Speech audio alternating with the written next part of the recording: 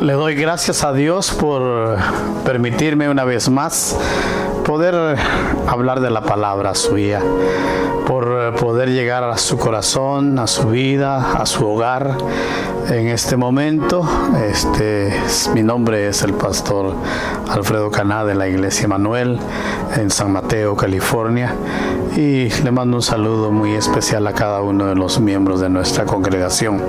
Y le pido a Dios que muy pronto, cuando volvamos, podamos reunirnos y pensemos en algo muy importante.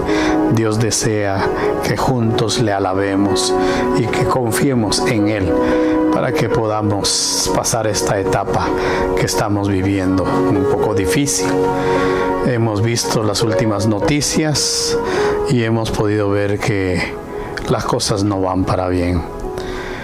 Antes de empezar, yo quisiera que cierre sus ojos y vamos a orar en este momento.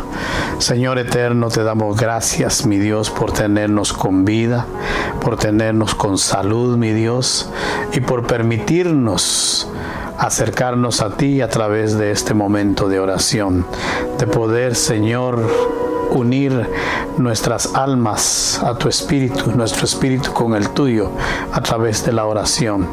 Que esta palabra, mi Dios, trate con cada uno de nosotros y nos traiga bendición y nos ayude a ser cada día más como nuestro Señor Jesucristo. Bendícenos en esta oportunidad y permite que todo lo que hablemos hoy traiga bendición a nuestras vidas. En el nombre de Cristo Jesús. Amén y amén. Antes de la oración le estaba diciendo que estamos pasando por momentos difíciles. Ya llevamos por 3 largos meses viviendo con lo que es el coronavirus. En Estados Unidos hay más de 100,000 personas ya muertas a través de esta pandemia. Y ahora estamos viendo una vez más resurgir el problema del racismo. Una nación tan grande, a que a pesar de todo lo que se diga, ha sido fundada en los caminos del Señor. Y esto ha traído bendición.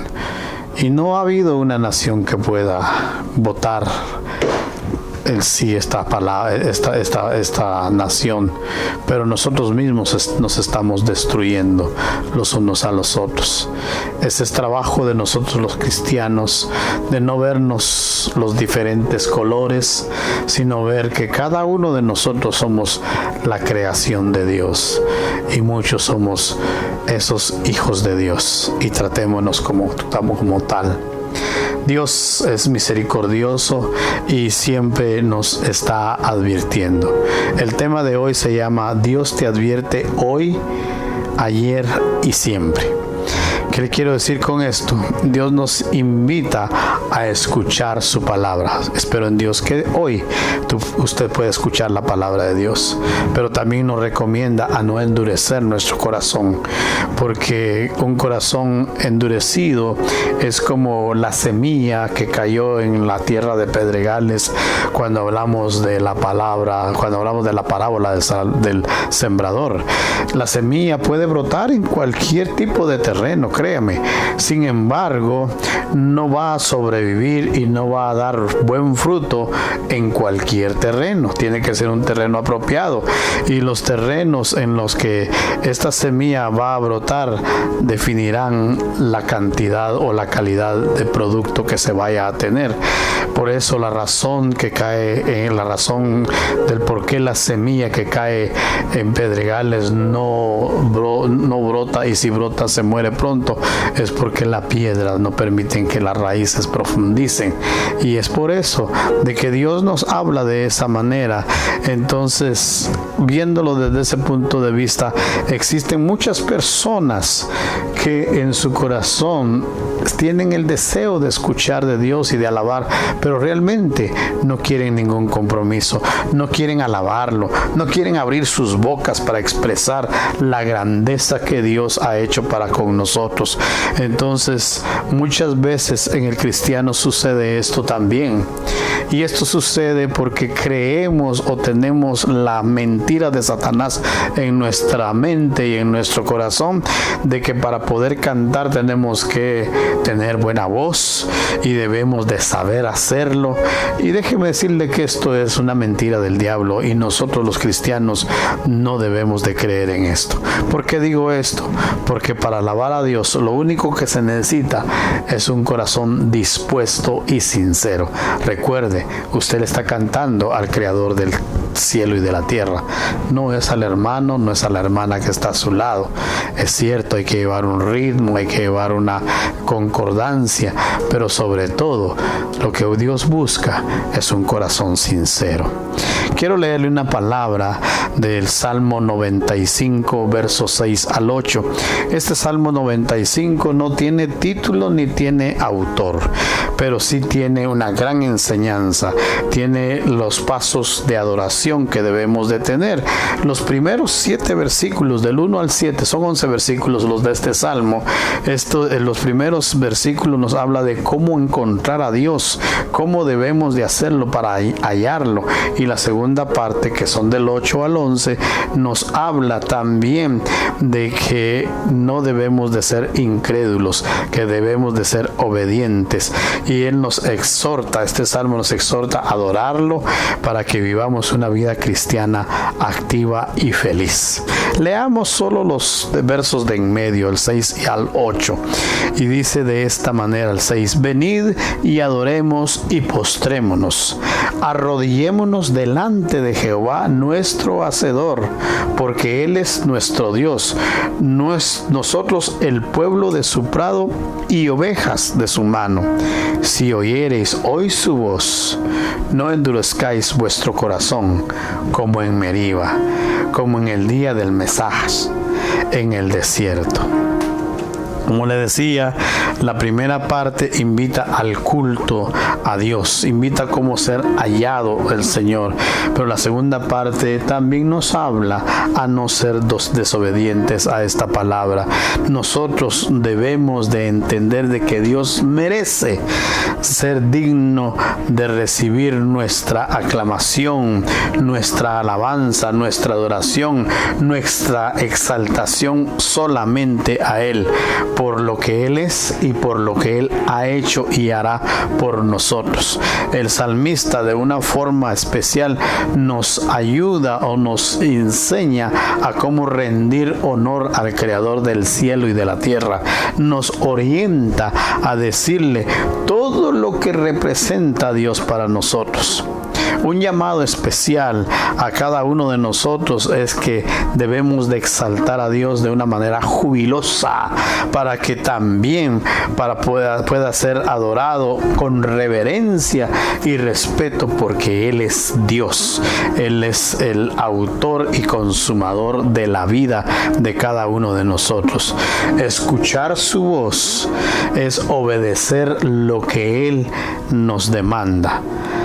Es importante obedecerle.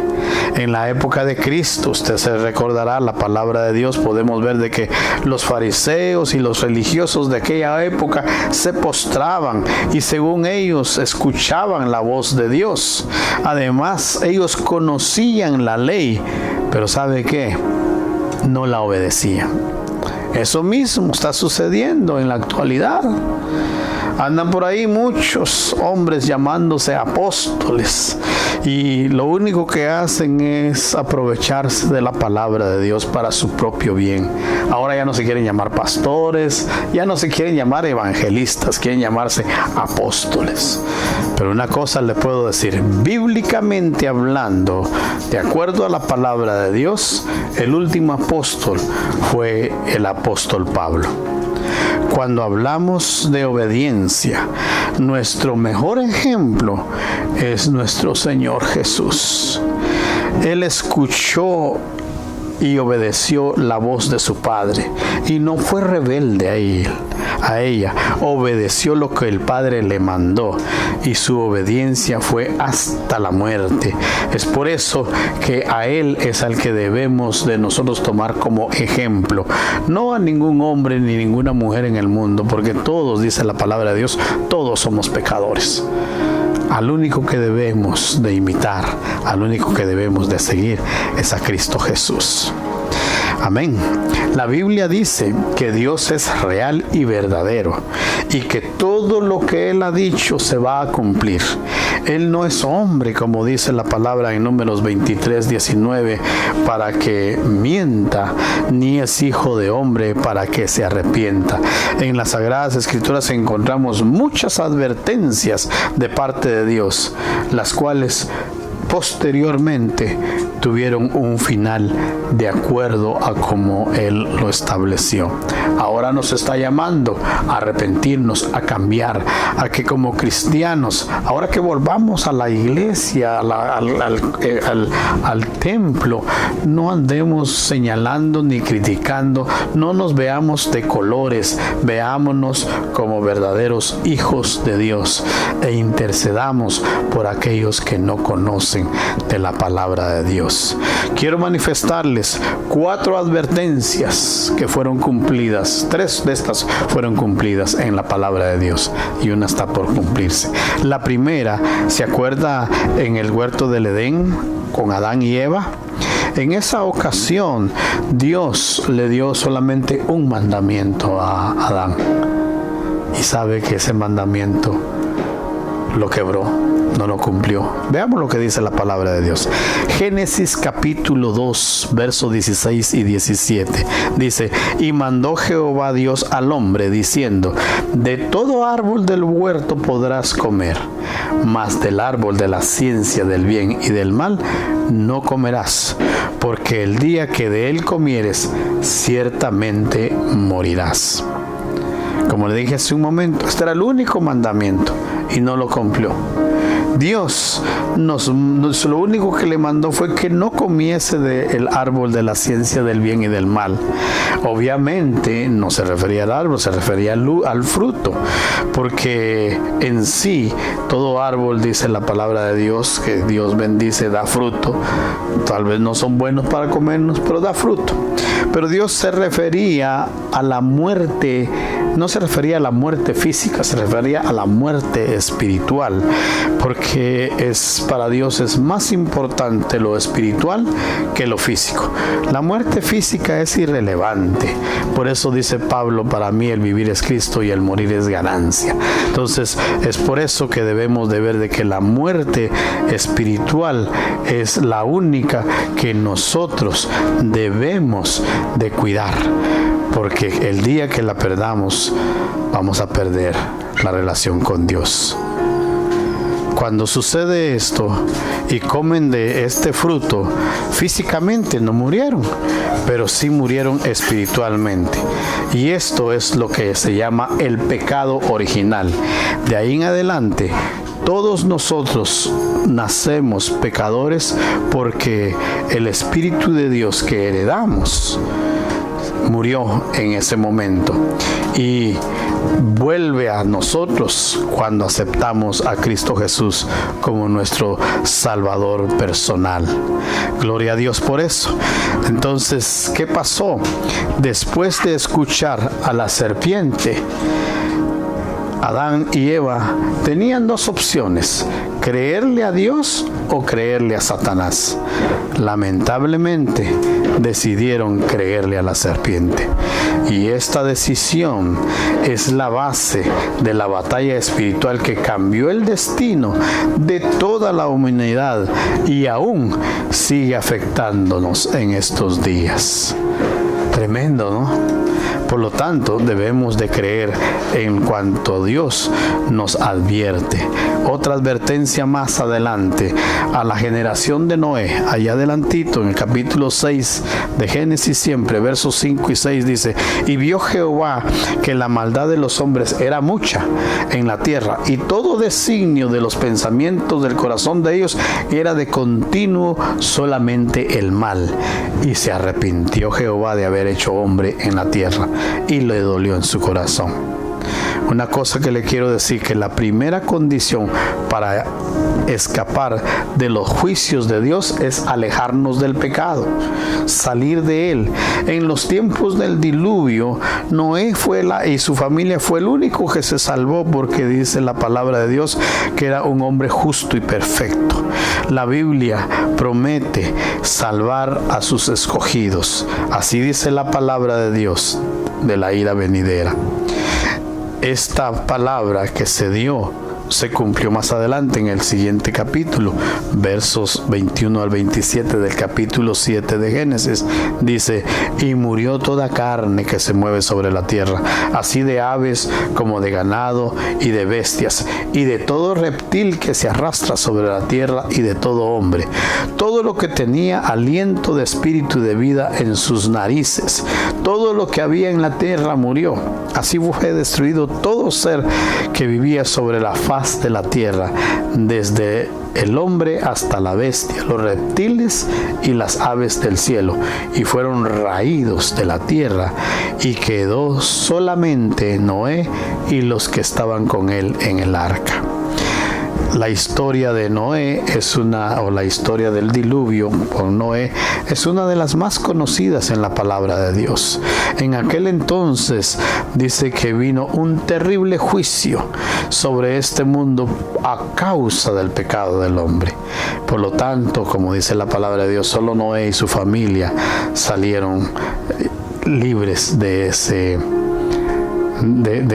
esa desgracia. Y todos los animales que fueron agarrados en el arca.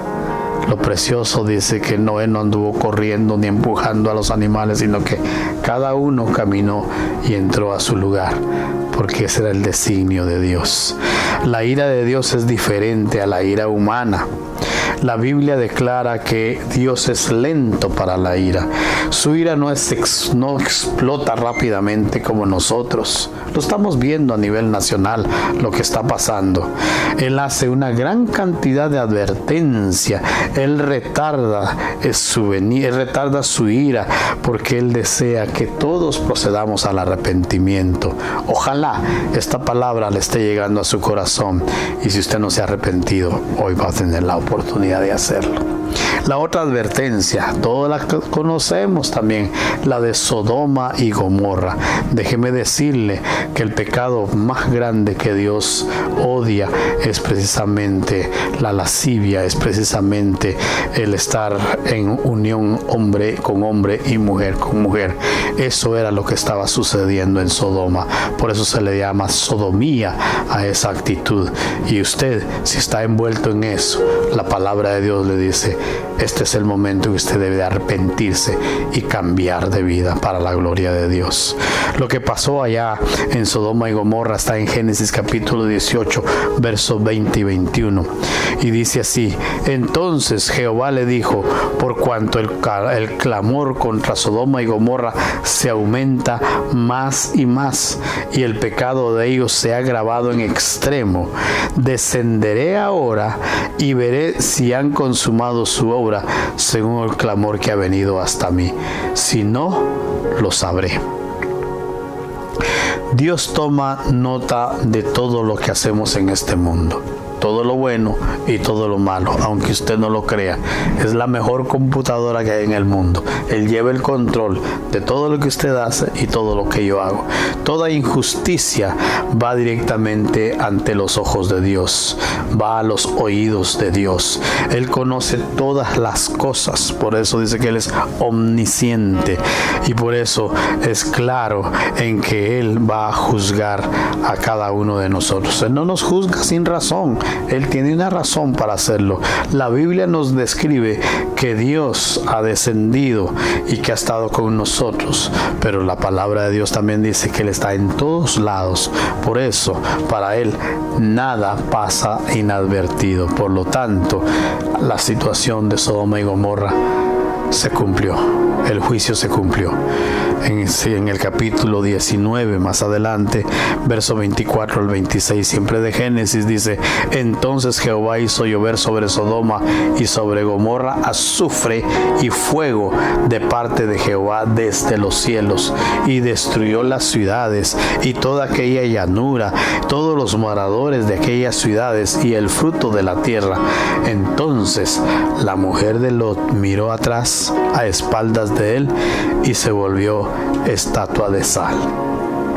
Qué tremendo, ¿no? Ya se había salvado, pero volvió a ver atrás. ¿Qué le quiero decir esto? Nadie es condenado sino por sus propios pecados. Dios no condena al justo. Nadie puede decir, oh, iba caminando por ahí y de repente cayó una piedra del cielo y me morí y ahora estoy en el infierno. No. Cada quien de nosotros sabemos cómo actuamos y qué es lo que nos va a pasar. ¿Qué le quiero decir con esto? Si usted está tomando la decisión de dejar un pecado atrás, no voltee hacia atrás. El voltear atrás quiere decir estar deseoso de volver allí. Eso fue lo que pasó con la esposa de Lot. Se quedó viendo lo que había dejado, las cosas, tal vez la casa que tenían, tal vez los animalitos que tenían. Ella volteó a ver y eso fue lo que hizo que ella se convirtiera en una estatua de sal. Si usted está tomando la decisión de cambiar, no voltee atrás, deje atrás el pasado y viva hacia adelante con Cristo Jesús. Dios salvó a Lot y a su familia, y esto lo dice la palabra de Dios. Por lo tanto, esta es otra condenación que se cumplió. Ahora, la última que le quiero decir es, Dios nos advierte que Cristo volverá. Él va a volver. Y nosotros los cristianos lo sabemos, y por eso es de que debemos de estar preparados. Dice la palabra de Dios que volverá como un ladrón en la noche. No se sabe, nadie en el mundo sabe cuándo Él va a volver, pero nos dio unas guías para poder entender de su venida. Con lo que hemos estado viendo, con lo que ha estado pasando a través de todo el mundo, ya son reflejos, ya son ciertos acontecimientos que están prediciendo que estamos viviendo los últimos tiempos. La palabra de Dios en Mateo 24:27 dice, porque como el relámpago que sale del oriente y se muestra hasta el occidente, así será la venida del Hijo del Hombre. ¿Qué quiere decir esto? Usted y yo no debemos de engañarnos. El regreso de Jesús está pronto y va a suceder de tal manera de que no va a ser como vino la primera vez, naciendo a escondidas, entrando en un pollino hacia la ciudad de Jerusalén de una manera humilde. Dice la palabra de Dios que va a ser como un relámpago. ¿Qué quiere decir eso? Que todo ojo le verá, toda rodilla se doblará y toda lengua le confesará. Así dice la palabra de Dios. Por lo tanto, usted y yo debemos de estar velando que nuestra vida esté en relación con Dios, para que cuando ese momento llegue, nosotros estemos preparados y listos para ese momento.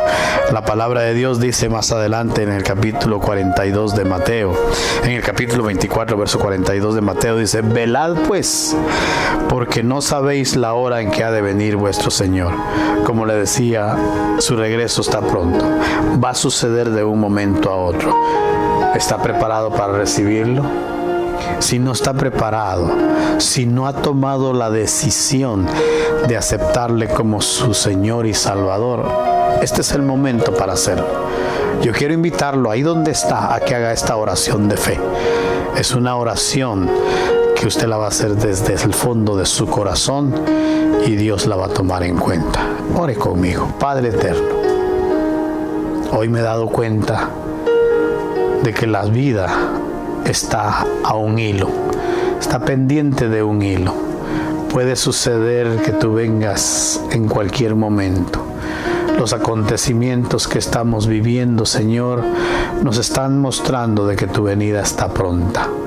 Y en este momento yo quiero pedirte, Dios mío, que perdones mis pecados, que limpies todo mi pasado, Señor, que lo tires, como dice tu palabra, al fondo del mar y no te acuerdes más de ellos. Cambia mi vida, Señor, y tómame como hijo tuyo, para que cuando tú, Señor, me llames a tu presencia, yo pueda llegar allá contigo. Inscribe mi nombre en el libro de la vida para que aparezca ahí cuando yo llegue, Señor. Y si tú vinieses antes de que yo muera, me lleves contigo a disfrutar de la vida eterna allá en la eternidad contigo, Señor. Gracias, Dios mío. Te lo pido en el nombre de Cristo Jesús. Amén y amén. Si usted ha hecho esa oración, yo quiero en este momento también interceder y pedirle a Dios por su vida. Padre eterno, todo aquel que hizo esa oración, todo aquel que tomó la decisión en este momento, Padre, yo te pido, Señor, que como Él lo mencionó con su boca y con sus labios, que inscriba su nombre en el libro de la vida, para que cuando Él llegue a morir, vaya a tu presencia.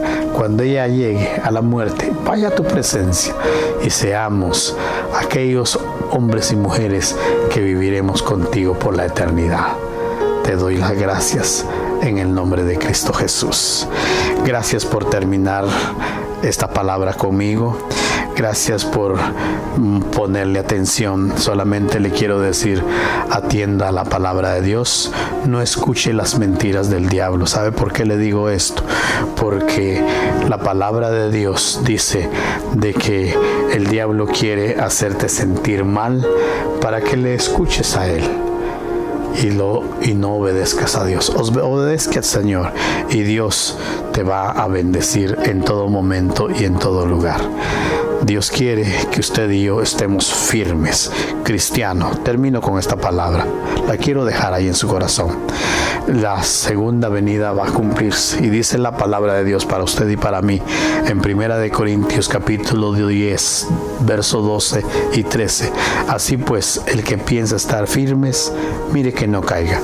Porque no os ha venido ninguna tentación que no sea humana, pero fiel es Dios, que no os dejará ser tentados más de lo que podéis resistir, sino que también dará juntamente con la tentación la salida para que podáis soportar. Nuestra salvación es lo que debemos de cuidar. Tenemos que tener cuidado como cristianos para que no caigamos y perdamos esta gran salvación que Dios nos ha dado. Que Dios le bendiga, que Dios bendiga a su iglesia, que Dios bendiga a todos los que estamos buscando esa relación con el Señor. A Él sea la honra, la gloria y el poder, y a usted obediencia quiere Dios y no sacrificio. Que Dios le bendiga.